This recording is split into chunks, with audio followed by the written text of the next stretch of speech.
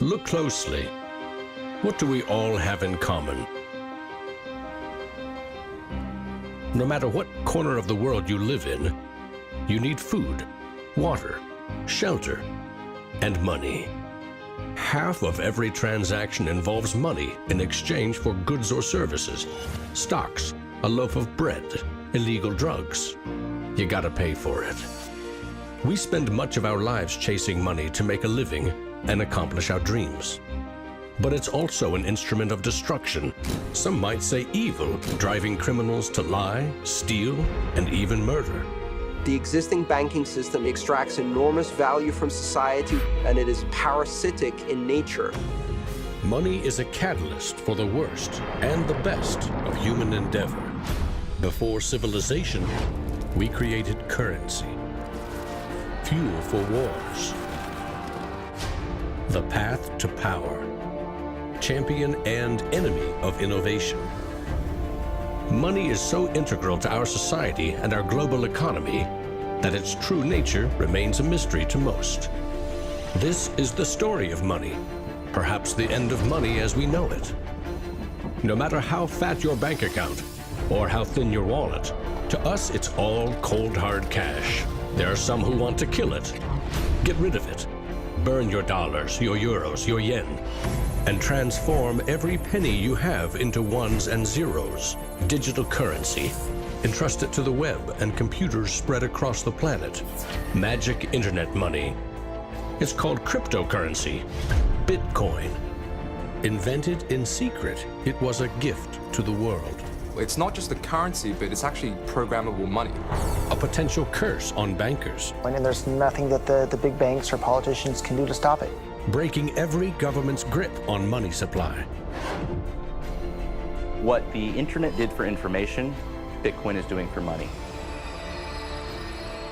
Could it be the new gold? No, you have to really stretch your imagination to infer what the intrinsic value of Bitcoin is. Regulators, the Federal Reserve, the banking system, at least understand this is a thing that they have to take seriously. This is going to change the economic culture. Bitcoin could be a microeconomic miracle worker, and it could be a macroeconomic wrecking ball. Is Bitcoin the currency of the future? A godsend for criminals? Or a recipe for financial disaster? If you trust your money just as it is, we have a little story to share.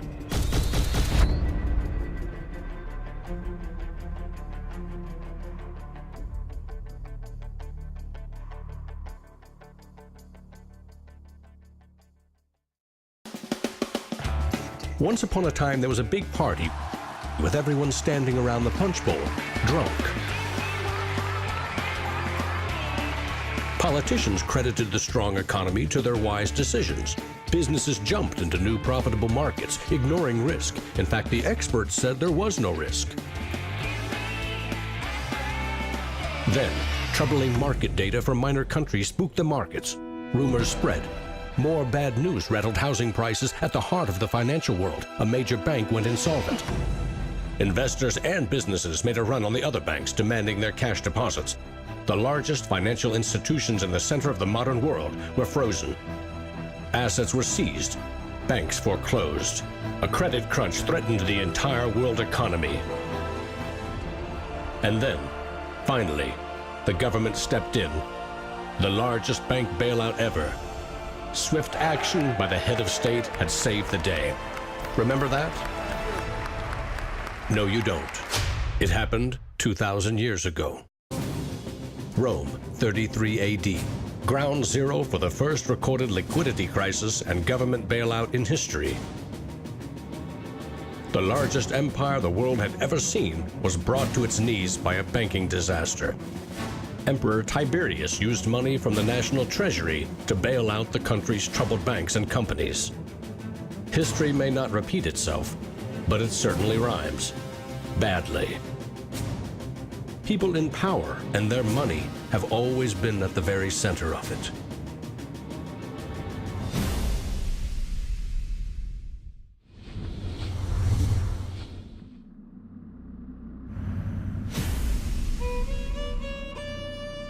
The story of money is as old as civilization itself. When we lived in small tribes, keeping track of debt was easy. You owed somebody a load of firewood. A neighbor owed you a piece of meat. Credits and debits were kept in your head, a mental ledger. Currency is a language that allows us to express transactional value between people. It's technology that's older than the wheel. It's as old as fire. When humans wanted to trade outside their tribe or village, they needed something everyone could agree had value, something scalable. Enter commodity monies. There were many kinds, but each had to embody the same 5 characteristics. A commodity money is relatively scarce, easily recognizable, can be cut into smaller pieces. You can substitute one piece for another of equal value, and you can carry it around without too much trouble. In ancient Rome, it was salt. The Aztecs used cacao beans. It was whale teeth on Fiji, yak dung in Tibet, shells in Africa and China. Grains, metal, ivory, rare stones, leather, fish. If it had the 5 characteristics of commodity money, someone probably used it as currency. And then you ask, what value do these currencies have? If you go into a primary school, you'll see children exchanging rubber bands and Tamagotchi and Pokemon cards and baseball cards and sweets and candy and any other form of currency. People invent currency when they have no other currency. And now they're going to invent digital currencies. But commodities that aren't durable are a lousy store of value. A bad cacao crop or a huge new salt discovery can throw your currency and economy into turmoil. A more stable system was needed. About 2,500 years ago, the first metal coins were minted in China and in what is now Turkey. These coins shared the same 5 characteristics with commodity money, but were also very durable. In some cases, coins are the only thing left of entire civilizations. Money does not originate with governments. Money arises naturally as markets begin to develop and as people with a division of labor realize that if I have eggs and you have a cow, we may need some medium of exchange in order for you to buy my eggs or for me to buy your cow. Coins were an objective and universal unit of account, and they allowed people to buy and sell goods over vast regions. The market economy was born. Coins worked, but only if people trusted that the king or emperor who issued them wasn't cheating on the metal content. Using coins also meant that an authority now controlled the supply of your currency. Money and political power were inextricably linked, centralized. Minting coins in a steady and predictable manner allowed economic growth and stability. The Wushu coin in China retained its value for 500 years. In Constantinople, the solidus lasted for 700 years. But in those times, the coins didn't have the milled, this sort of milled edge. They were flat, and what used to happen was, as coins were passing from people to people, people would cut little bits off. And in fact, in some of the taxation that the kings would do would actually be take 1/8 of the coin off. Taxes built castles and financed military campaigns, expensive hobbies. Soon, royal mints were substituting cheaper metals for silver and gold. This is called debasement, and Europe's kings made a habit of it. The currency of France was debased every 20 months for 200 years. If no one can trust the gold or silver content of your coins, how can you trade with other countries? International merchants found a solution. They recognized that one person's debt has value. It can be traded or transferred. When those IOUs came from reputable sources, they could be used as a form of money, paper money. This money was not based on hard commodities or metal, but instead on someone's promise to pay. Merchant families like the Medici in 15th century Florence acted as clearinghouses for these IOUs. It worked like this. an English trader ordered a shipment of Italian cloth from the Medici for 100 gold coins. His promise to pay the Medici was put on paper. Meanwhile, the Medici owed 100 gold coins to another trading partner for delivery of wine from France. The parties didn't go to the expense of transporting and exchanging gold coins. Instead, the paper was transferred. Everyone agreed that the paper had value, 100 gold coins, but only because everyone trusted the Medici as solvent middlemen. They had created a paper money machine. Within a few generations, they rose from low crime to high finance. Their great wealth helped fuel the Italian Renaissance and elevated the family to levels of enormous political power. The power to marry into royal families and get elected as popes. The ties binding money to power, politics, and influence now ran through church and state. Merchants had proven that creating paper currency could be wildly profitable. Goldsmiths wanted in on the action. Imagine it like this: if the goldsmith had seen over a period of time that some of the coins he was storing for people were gathering dust, the people who owned them don't need them right now. So what if I go and lend them out into the community and I charge them interest on this loan? So he starts out lending some of these gold coins, and then later he realizes actually people don't even want the gold coins, they just want the piece of paper that says the gold coins are in the bank and with the goldsmith. So I can now make a loan with these pieces of paper, and whatever I write on a piece of paper, as long as people trust me, they'll trust the paper. And effectively the goldsmiths and the early day bankers, they had literally acquired the power to print money. More and more private paper money from merchants and banks circulated and began to rival the crown's coins. The power inherent in controlling and issuing money began slipping away from the rulers. They couldn't tax or debase this new kind of money, but they had bigger ambitions than ever with trading posts, colonies, and empires that now stretched across the globe. For centuries, European countries would take turns building massive fleets and waging war on each other to rule the world.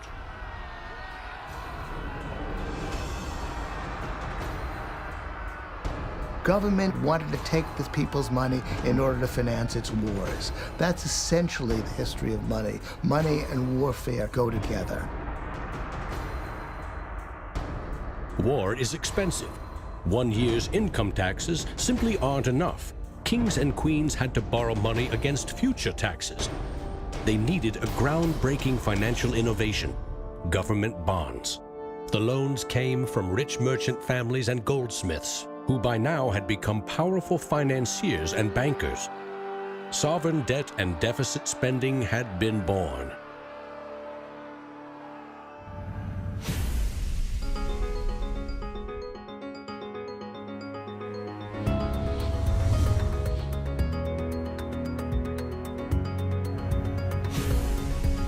In 1694, the Bank of England was established to fund a war against France. England's central bank was privately owned and granted the monopoly to issue banknotes, paper that could be redeemed for an equal amount of gold from the government coffers. The central bank soon also managed the entire debt of the crown. Money has been a tool of sovereignty for centuries. Being able to issue currency gave you the power, but it also gave the value to that monetary supply by backing it with a force of state, with essentially the debt of state. When the U.S. won independence from Britain, the first article of the new Constitution gave Congress the exclusive right to coin money.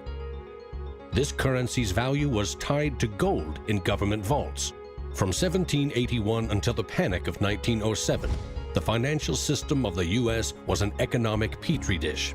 Brief central banks, state banks, private currency, government currency, depressions, strong growth, recessions, regular boom and bust cycles.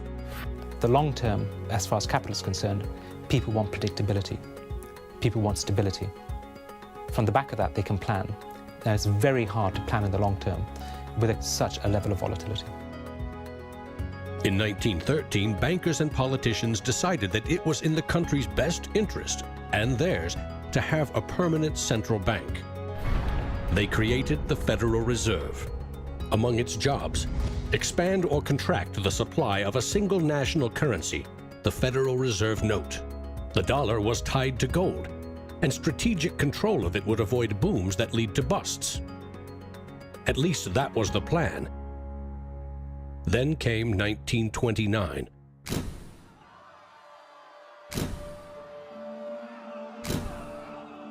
The Great Depression would have a profound effect on monetary policy worldwide.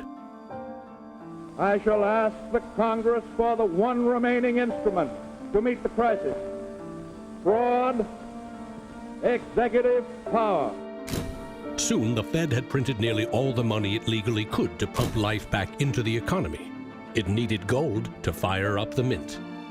So in 1933, President Roosevelt issued a controversial executive order, forcing all U.S. citizens to sell their gold to the Federal Reserve at a fixed price, or go to prison. The Fed offered far more cash to foreign governments for their gold. Many jumped at the offer. Gold flowed in, and dollars spread across the globe.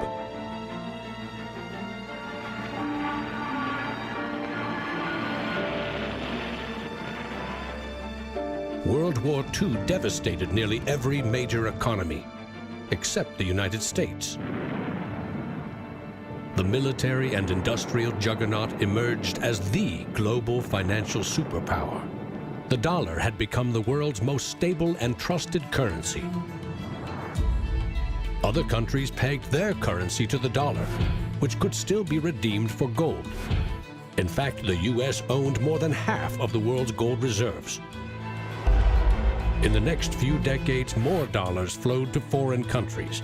Governments began debasing their coins with cheaper metals and printing more of their own currency than they had in gold. The bond between precious metals and paper currency was cracking. This is a 1966 50-cent piece. It was the last coin in regular circulation in Australia to contain silver. It contains 80% silver. So in 1966, this was 50 cents. Nowadays, it's $8 roughly in silver alone. By 1966, foreign nations had had enough of the U.S. collecting gold and printing cash. And they had more value in dollars than the U.S. had bullion in its vaults. They demanded gold in return for their paper dollars. Arguments about the value of the dollar versus their currency ensued. In 1971, President Nixon settled the matter. He severed United States currency from the gold standard. I have directed Secretary Connally to suspend temporarily the convertibility of the dollar into gold or other reserve assets, except in amounts and conditions determined to be in the interest of monetary stability and in the best interest of the United States. Never again could anyone legally demand U.S. government gold in exchange for paper dollars. For better or worse, the dollar was now backed solely by the full faith and credit of the United States government. The wealthiest nation the world had ever known would bet its future on a single word: trust. People have this mythology of money that is based on very little fact.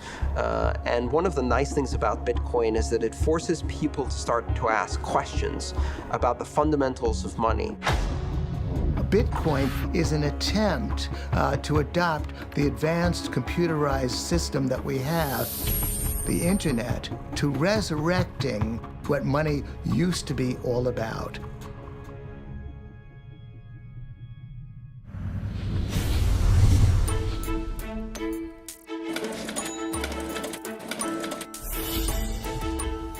I think our dollar policies, our monetary policies, our fiscal policies have absolutely created a nation of debtors. Not just personal debt, not just corporate debt, but government debt. I mean, you have to look at those all together as one big thing. What is the wealth of the nation? Well, the wealth of the nation is a gigantic hole of money that we owe to the rest of the world that is never going to be paid back. Today, the United States pays more than $400 billion in interest to its creditors every year. When a government spends more money than it collects in taxes, it simply borrows more, or it creates more. At one time, every piece of paper money was backed by gold. Remember, For every $20 bill, there was $20 worth of gold in the government vault. Not anymore. Today, governments create currency by first creating bonds or treasury bills. These bonds are sold in the market, generating funds for the government that issued them. Large banks buy U.S. bonds to flip them, selling them to the Federal Reserve at a profit. This is the magic money machine. You see, the Fed is America's central bank, but it doesn't have any money. No cash on its balance sheets. When a bank buys a bond and takes it to the Federal Reserve, the Fed simply says, "Thank you, Mr. Banker. Here's the principal and some profit." New money isn't exchanged. It simply appears on the bank's accounts. Magic. For 100 years and counting, the precise mechanisms of these bond purchases have remained a secret. Here's where it gets really interesting. The Federal Reserve is not a government agency. It's a private entity, and its shareholders are banks which earn a dividend. As much as $80 billion per year total are paid out to some of the very same banks that sell the government debt to the Fed. Which banks? Don't even bother asking. That's also a secret. In other words, the magic money machine answers to no one. The Fed also sets the bar for how much interest you pay for a car, home, or business loan. The Federal Reserve has been given the impossible task of trying to run the credit and monetary system as though we are the Soviet Union. It's the central planner for the key aspect of capitalism, which is how money and credit is allocated. The Federal Reserve, on balance, does not help the economy. On balance, it hurts the economy. And it's bound to make mistakes, even with the best of intentions. The Fed is also supposed to boost employment with low interest rates, encouraging people and businesses to buy more goods and services. Governments getting involved in money is a good thing, and it's also a bad thing. It's a good thing because money is the arteries of the economy, the blood supply of the economy. Markets are subject to bouts of euphoria and despair, and it makes sense for governments to back currency and manipulate it. Moving the money supply up and down is the most powerful way to sedate that boom and bust cycle. Manipulating the supply of money has short-term and long-term consequences.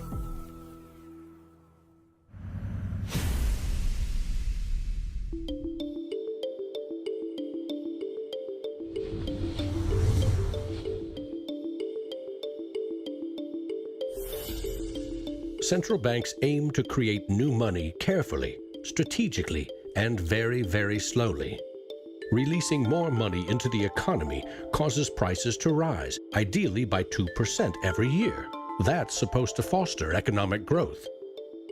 But 2% inflation means the buying power of one cash dollar in your pocket today will be 98 cents next year, and less nearly every year to come.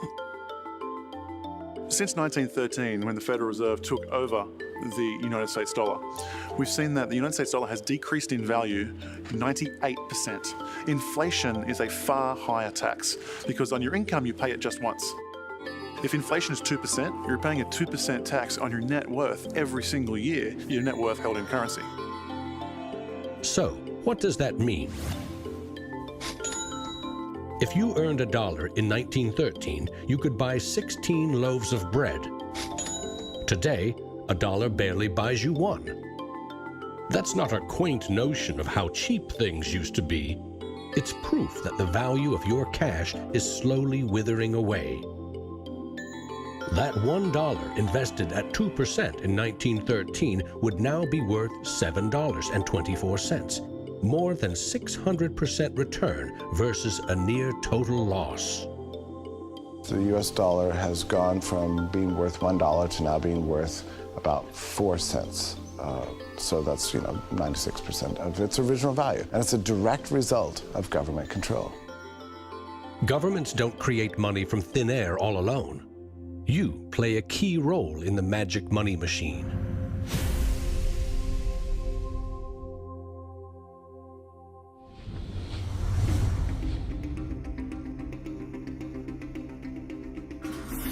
It's not really the central banks that are the problem. I mean, they're part of the problem, but the real problem is that we've given the power to create money to the same banks that caused the financial crisis. We put our paychecks and savings into a bank account and draw from it as we need it. The banks are custodians of our money. Right? Wrong. It is now the property of the bank on their balance sheets. They can do just about anything they want with it. For example, create new money. Here's how. Your bank account shows $100, but the bank only holds $3 and loans $97 to Bob to buy something. In the bank's computers, you still have $100 in your account, but Bob now has $97 of new virtual money in his account. Just digits on a computer screen. There's no cash, no gold, or anything else backing up the new numbers in Bob's account. Just his promise to pay it back. This is new money created as debt. When those $97 are spent, say in a shop, the shop owner deposits into another bank, and it is lent out again, and again, and again. And each of these people have numbers in their accounts showing that they own this money. So your original $100 has multiplied. Now there are over $3,300 in the system. This process of loaning out far more money than a bank actually has as cash on hand is called fractional reserve banking. In the UK, 97% of the money that exists is just numbers in a computer system, and those numbers are created by the banks.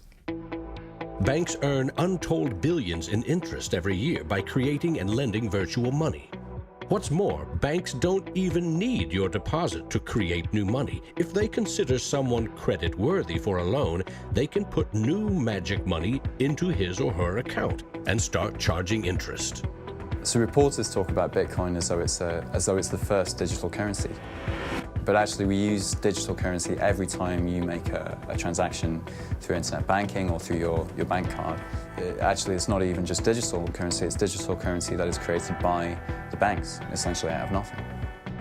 In other words, all new money is debt. This is the part of money creation that isn't taught in economics class.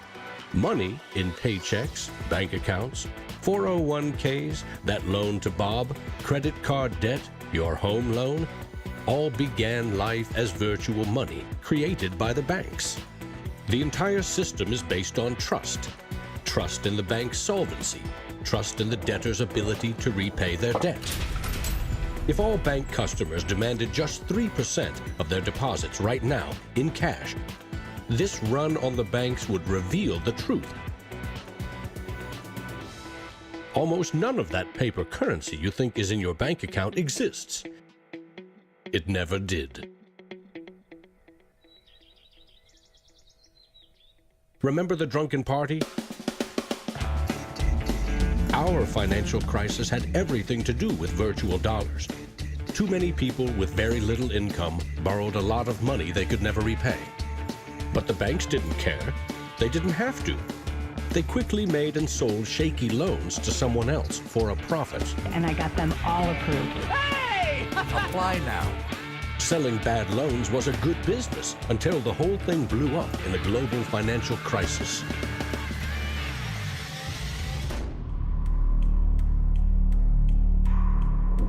The magic money machine destroyed 30 million real jobs.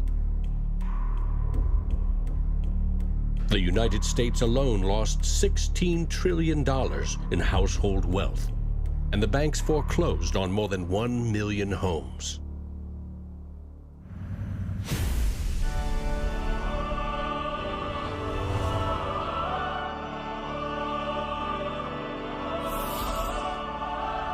Selling subprime loans and betting they will fail may not be sacred, but it is lucrative.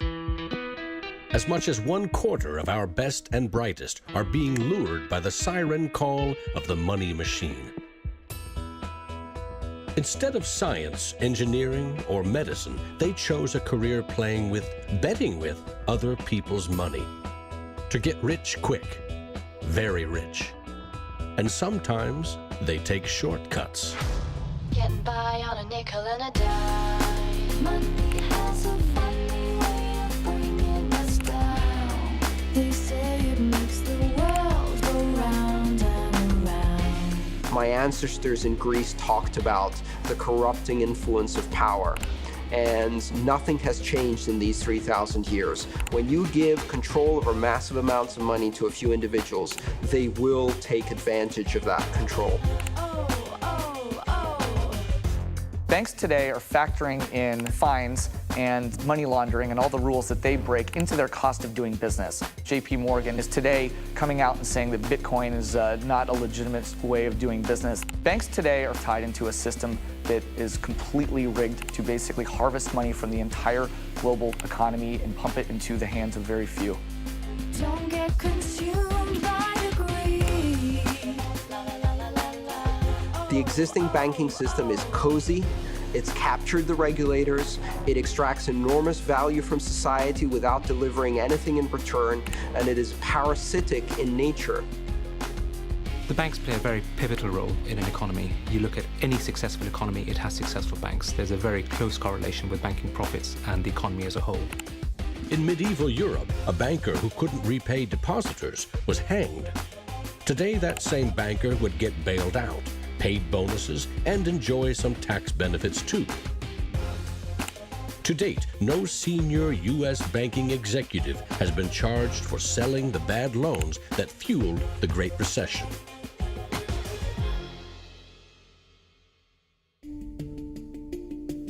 In December 2014, just 6 years after the last banking crisis brought the world to its knees, a congressman snuck a last-minute provision written by Citigroup into a crucial funding bill.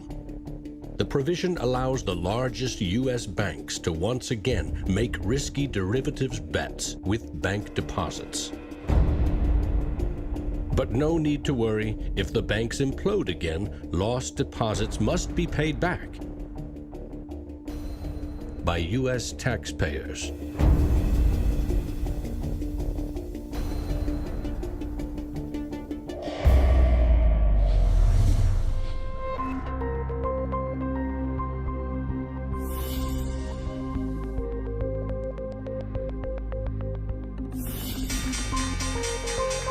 Today's financial innovators package assets in ever more complex ways, slicing, dicing, securitizing, always using someone else's money.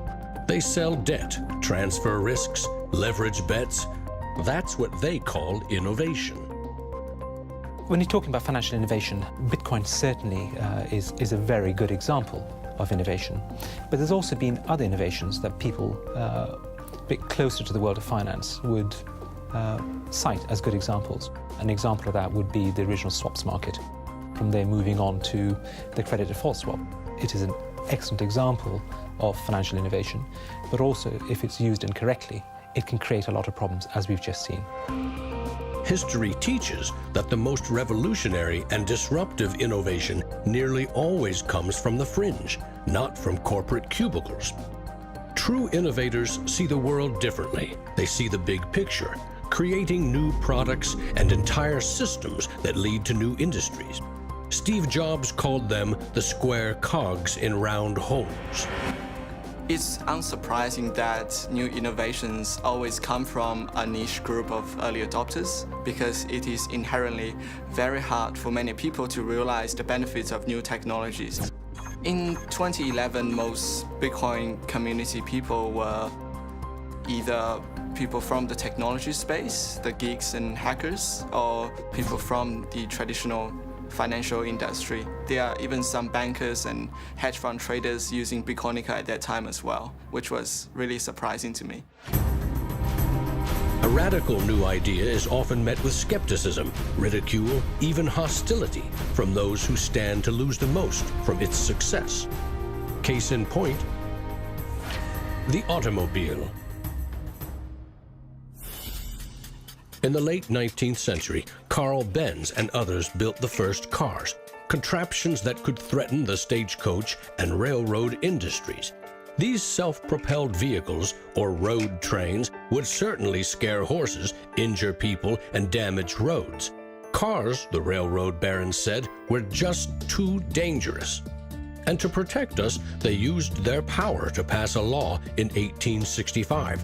It required every automobile in England to observe a 4-mile-per-hour speed limit and to be operated by a crew of 3, a driver, an engineer, and a flagman. This heroic flagman walked in front of the car to warn fellow citizens of the coming danger. The railroad tycoons, the lawmakers, the self-appointed gatekeepers used regulation to stifle innovation. But they didn't invent the flagman. He's been around for a long time. For centuries, very few could read. Books were copied by hand. The people in control, political and religious leaders, wanted to keep it that way, and they greeted Johann Gutenberg's printing press with licensing laws, publishing bans, taxes. In some parts of the world, printing was a crime punishable by death. After all, they were just protecting us from dangerous ideas. Before the printing press, there were an estimated 30,000 books in all of Europe. 50 years later, there were 10 million. As Gutenberg's invention flourished, the Dark Ages withered. Progress couldn't be stopped. But the flagman never stops trying. His masters set him loose on each of these innovations because they threatened someone's profits, someone's control. But remember, this is a story about money. What if a technological innovation allowed anyone in the world to be their own bank? To create a currency free from taxes and banking fees?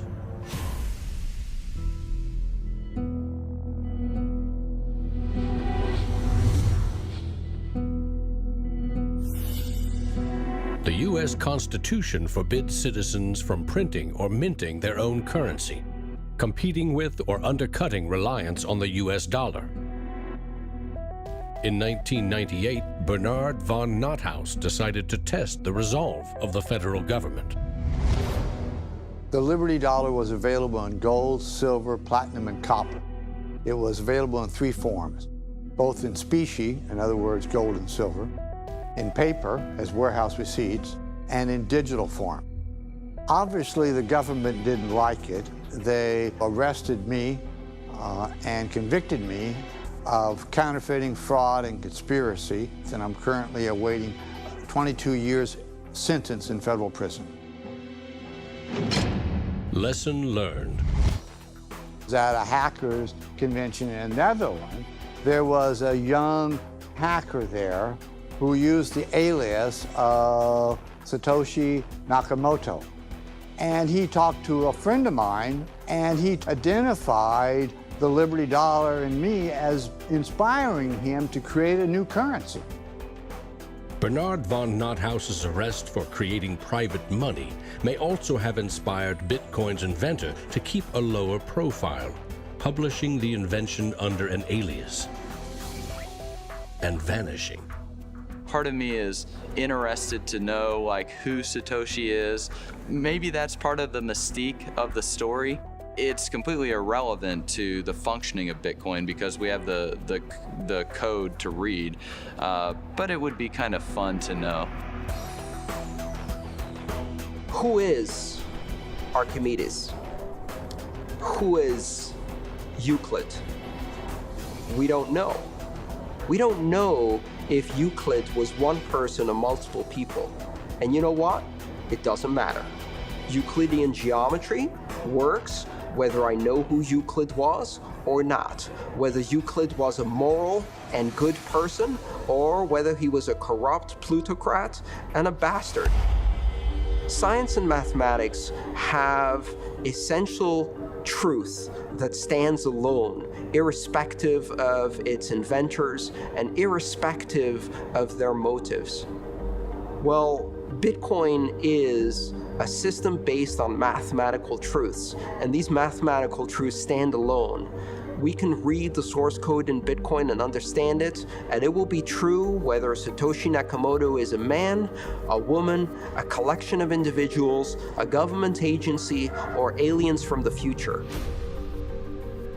Bitcoin is digital currency and computer software.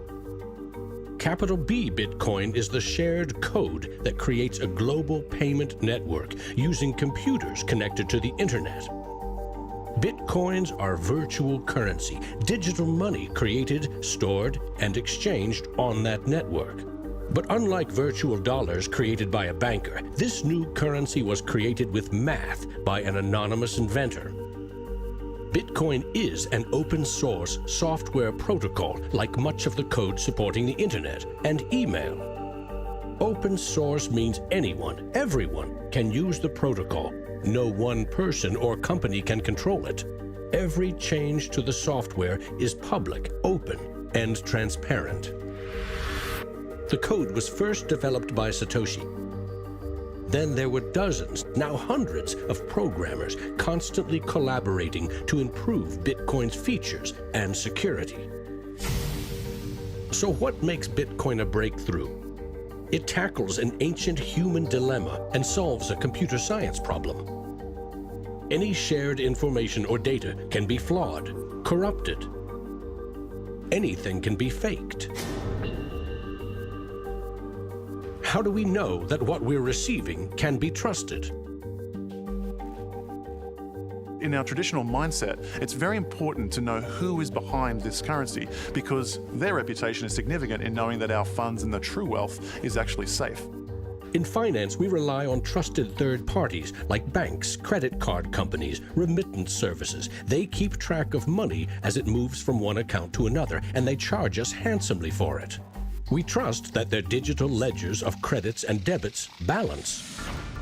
A financial system that cuts out these middlemen could be faster, cheaper, and more secure. But Bitcoin is digital. Music and movies are easily pirated, copied, stolen. How can a digital currency retain value if anyone can make 1 million copies? The answer is at the core of Satoshi's invention.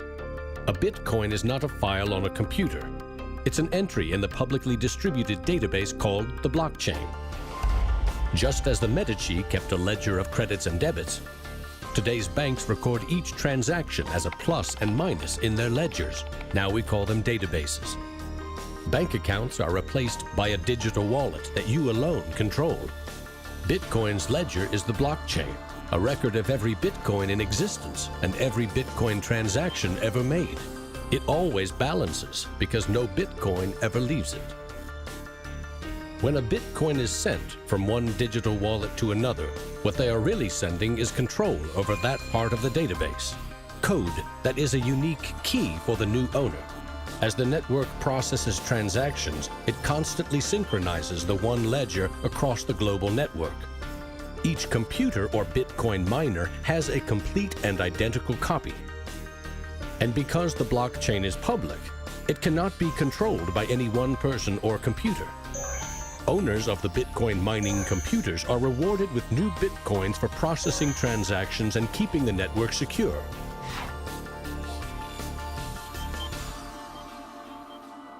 In other words, the Bitcoin network replaces banks and bankers. Today, the combined computing power of this global network is greater than the 500 biggest supercomputers combined, times 10,000. And because every transaction is verified and recorded by the network, a Bitcoin cannot be forged. Digital currency cannot be debased with cheap metals or printed by the billion at will. Too much currency can unleash a monster, skyrocketing prices, trillion-dollar bills that can't buy a loaf of bread. There's a big movement in the U.S. demanding that the Fed be audited so we can find out what they're doing. Nobody really knows how many dollars are in existence, for example. Ben Bernanke created several trillions of dollars over the last several years, but nobody really knows where they landed. At any time, for any reason, the central banks can print as much money as they want. They call it fancy things like quantitative easing. And when they do that, it makes the dollars or euros or yen that you and I have worth less. So if the world starts using Bitcoin as their currency, It can't be controlled by central bankers or politicians. Remember, central banks create money to boost the economy and try to pull it back out before inflation heats up. But no one knows how much magic money global banks are creating to boost their profits with questionable loans. Bitcoin is completely the opposite. It's totally transparent. You know exactly how many exist. The computer code behind Bitcoin has a built-in brake pedal, cutting the creation of Bitcoins in half every 4 years. This ensures a transparent, controlled scarcity and ultimately limits the total number of Bitcoins to 21 million. No lobbyist, no politician, no banker can create more or change the mathematical rules dictating their creation. Advancing accountability. And that's one of the things I think is most exciting about Bitcoin and the technology behind it, is not so much that it will supplant the dollar or that it will supplant government itself, but that all of a sudden there's a competitor to government, and that government itself now needs to look over its shoulder more than it did. This new digital currency can be purchased online with a credit card or in person with cash. And it has the 5 key characteristics of money. But is it a store of value? Is it stable, or will it diminish over time, like a commodity rendered useless, or a crop that fails? The ultimate power of a cryptocurrency is unleashed by mainstream adoption and an ever-growing volume of transactions. With Bitcoin, the currency has been created much more slowly than other currencies. And the effect of that has been to turn it into what is essentially a speculative asset. If you ask a lot of Bitcoin enthusiasts whether they're spending the currency, they're not. They're sitting on it and waiting for the price to go up. It isn't a currency if you don't use it to pay people. The point is, the average person is quite happy to walk into a bar and hand over, a $5 note in order to get a drink.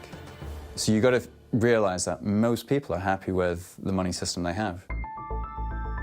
If most people are happy with cash, they're in love with plastic. In the US, 2/3 of in-person sales are done with debit or credit cards. That plastic is a 60-year-old technology, created by a middleman, never designed for the internet. Each transaction requires personal data, like your name and address. Credit card databases are regularly hacked, with fraudulent purchases charged to your account.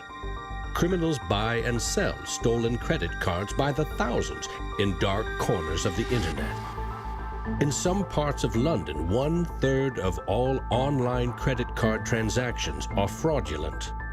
Card issuers don't hold you responsible for fraud, but protection comes with a price. 2 to 4% in fees. That's $50 billion a year.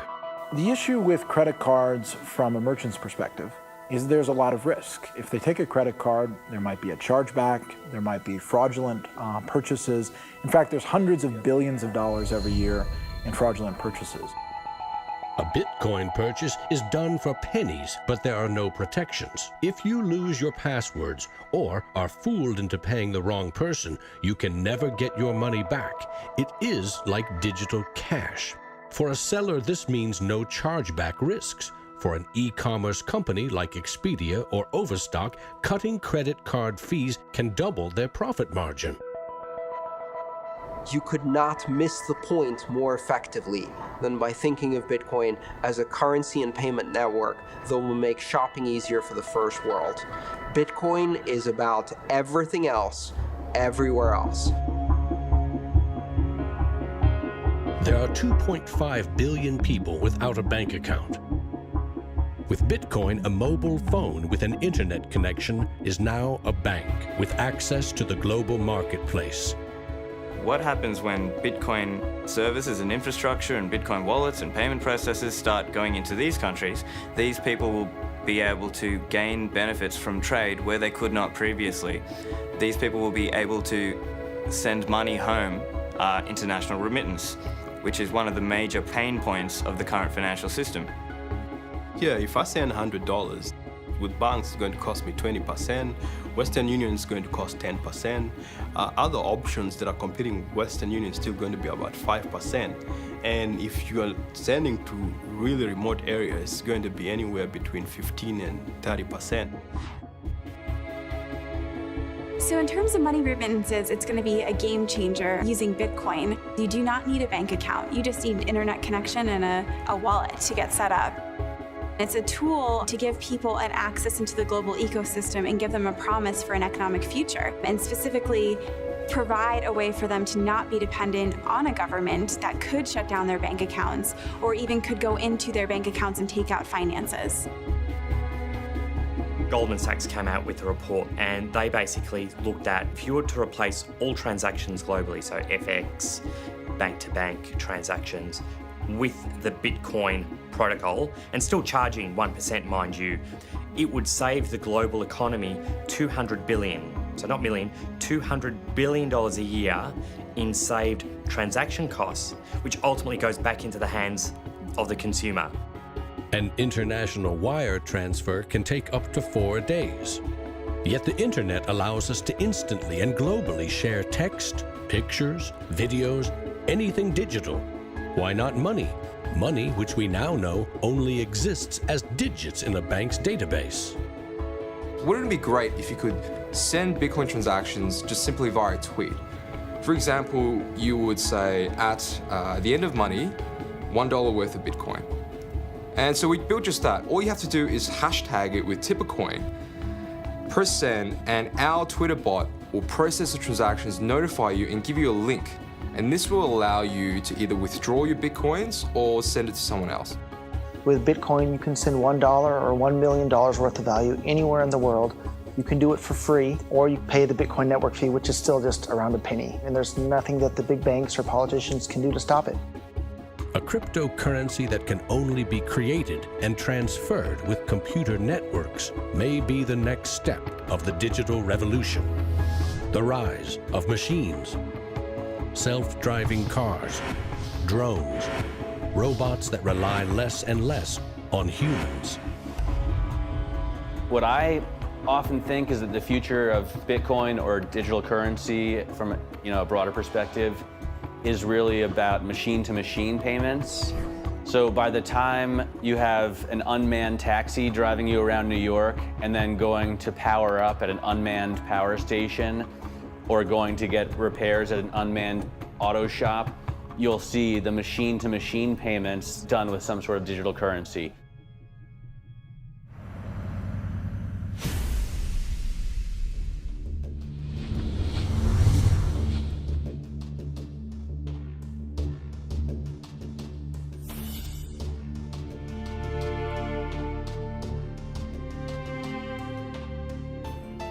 We actually built this world that we live in over the last 200 or 300 years. We've made some mistakes. We've learnt to make things better.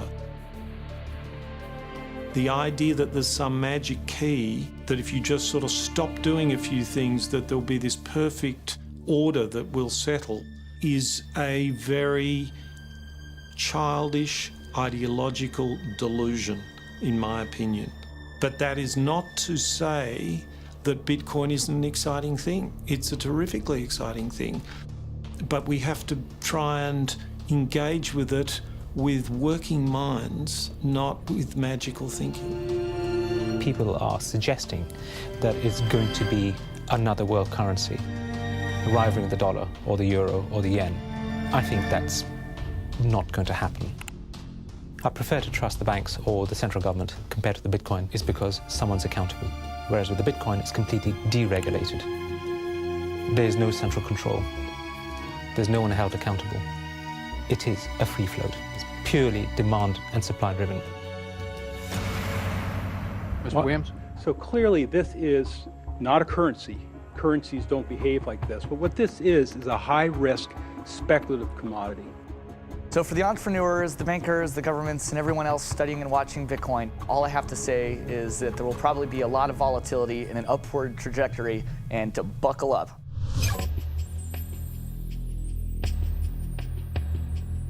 Criminals, scam artists, bad actors are drawn to any kind of money like a moth to a flame.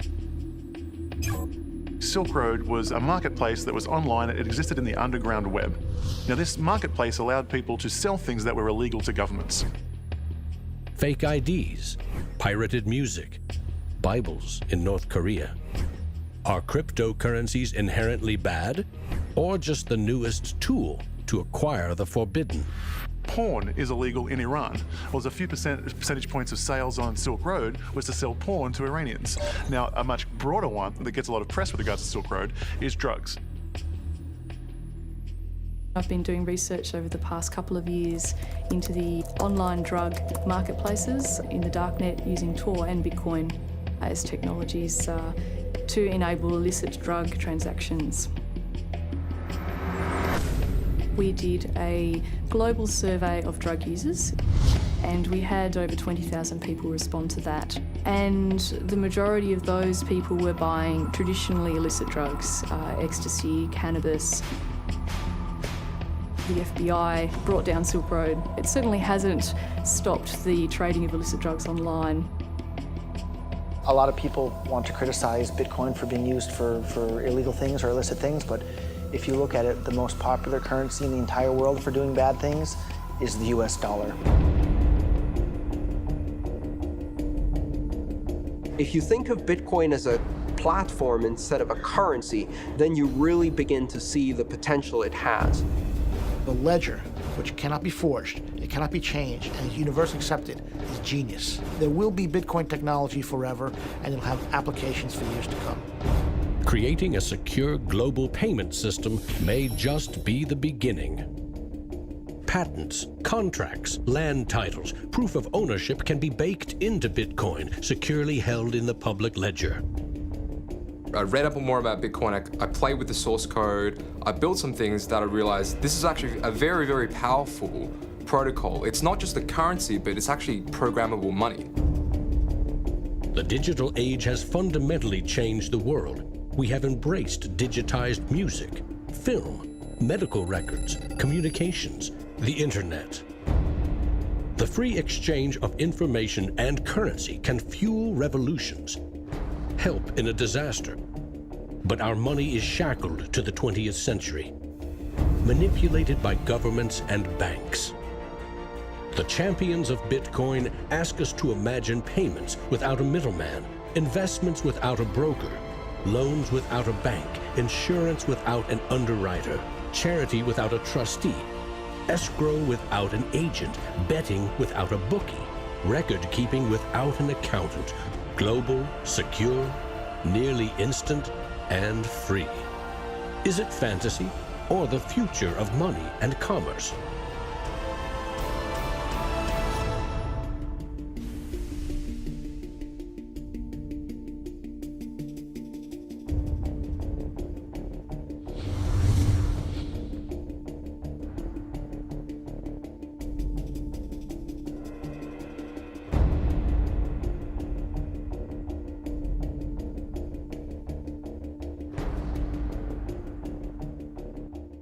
I love Bitcoins. I'm really into Bitcoin. Well, Satoshi Nakamoto, that's a name I love to say.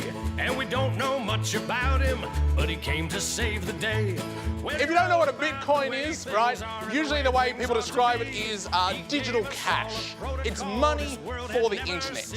Oh, Bitcoin, as you're going into the old blockchain. Oh, Bitcoin, I know you're going to rain, gonna rain. People are like, oh, I love my bank. I'm like, really? You ask a banker, you know what's 2 + 2? He's like, well, I can tell you, but there's a fee. Down the road it will be told about the death of old Mt. Gox, about traders trading altar coins and miners mining blocks. Now, Bitcoin is a new technology. I like to say it's banking light. All of the convenience, none of the evil. Bitcoin, as you're going into the old blockchain. Oh, Bitcoin, I know you're going to rain, till everybody knows, You know, when I go online and I buy, like, I don't know, a pair of socks, if I pay with a credit card, I'm just buying socks, right? If I buy those socks with Bitcoin, it's a revolution. I am sticking it to the man.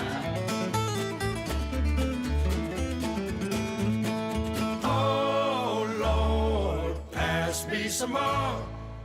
There's always people who are not ready to get into the new technology. You know, like when the internet came out, there was people going, nah, I don't think this is going to be popular. then email came out, and people were like, nah, this isn't gonna catch on. And now Bitcoin comes out, people are like, I don't think, I'm like, aren't you sick of being wrong? Get on this train, you know?